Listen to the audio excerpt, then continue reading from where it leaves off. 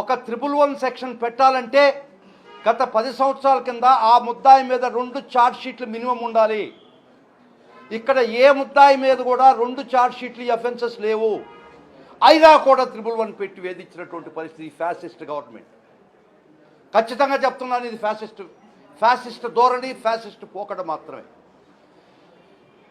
111లో చెప్పబడినటువంటి ఏ అంశానికి కూడా వైసీపీ కార్యకర్తలు, సోషల్ మీడియా పోస్టింగ్ పెట్టిన కార్యకర్త ఏ కార్యకర్త కూడా ఆ చట్టం కింద రాడు అనేది మా ప్రధానమైనటువంటి వాదన. గౌరవ సుప్రీంకోర్టు వారు మా వాదనలు మన్నించి ఏ కేసులో కూడా ఏ ముద్దాయి మీద కూడా కంటిన్యూయింగ్ అఫెన్స్ కింద 2 ఛార్జ్ షీట్లు ఉన్నాయా? లేవే. ఈ పోస్టింగ్స్ 1/7/2024 ఉందని కదా, అప్పుడు ఉండేటువంటి చట్టం ఐపీసీ కదా. మీరు బిఎన్ఎస్ 111 తీసుకొచ్చి ఇంతమంది వేల మంది కార్యకర్తలను వేధించడం సబబు కాదు కదా, చట్టసమ్మతం కాదు కదా.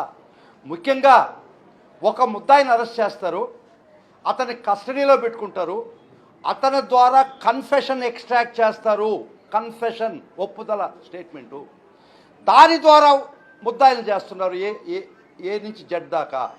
అదే ముద్దాయిని మళ్ళీ ఇంకో స్టేషన్కి తీసుకుపోతున్నారు, మళ్ళా కన్ఫెషన్ ఎక్స్ట్రాక్ట్ చేస్తున్నారు, మళ్ళా కొన్ని వందల మందిని ముద్దాయిలు చేస్తున్నారు. ఈ విధంగా ఈ వలయం, విష వలయం, కొన్ని వేల మంది, కొన్ని వందల మంది కార్యకర్తలు, సోషల్ మీడియా కార్యకర్తలకి పాశమైనటువంటి ఈ ఫ్యాసిస్ట్ ప్రభుత్వంలో ఈరోజు పోరాటం జరిగింది. గౌరవ సుప్రీంకోర్టు వారు చెప్పారు, ఇవన్నీ క్వాష్ చేసుకునే దానికి అర్హులు.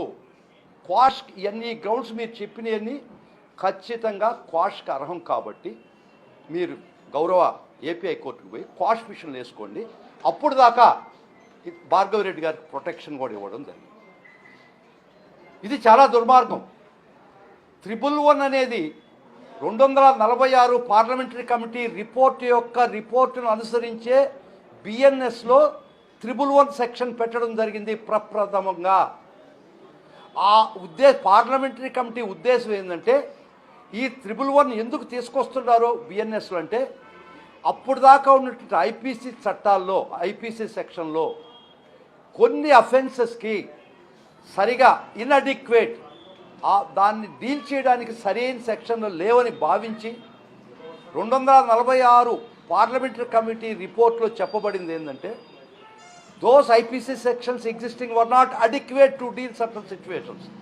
ఏ సిచ్యువేషన్ చాలా స్పష్టంగా రాయబడ్డది పార్లమెంటరీ కమిటీ ఇచ్చిన రిపోర్ట్లో. Contract killing, extortion, land grabbing, bank frauds, financial scams, వీటికి మాత్రమే ఐపీసీలో సరైన చట్టాలు లేవు కాబట్టి అందుకని బిఎన్ఎస్ తీసుకురావడం జరిగిందని పార్లమెంటరీ కమిటీలో చట్టం పాస్ చేసేటప్పుడు గౌరవ పార్లమెంటు వారు పాస్ చేసినటువంటి చట్టంలో ముఖ్య ఉద్దేశం ఇది. కానీ ఈ ఉద్దేశాలు తుంగలో దొరికి ఈ ఫ్యాసిస్ట్ గవర్నమెంటు సోషల్ మీడియాలో పెట్టినటువంటి ప్రతి పోస్ట్కి ఈ 111 బిఎన్ఎస్ వాడడం చాలా దుర్మార్గం. ఇది ఖచ్చితంగా ఈరోజు గౌరవ సుప్రీంకోర్టు వారు ఇచ్చినటువంటి ఊరట వరం. దీనికి కారణం జగన్మోహన్ రెడ్డి గారు ఆదేశానుసారంగా ప్రతి కార్యకర్తను మనం రక్షించుకోవాల్సిన పరిస్థితి ఉందన్న.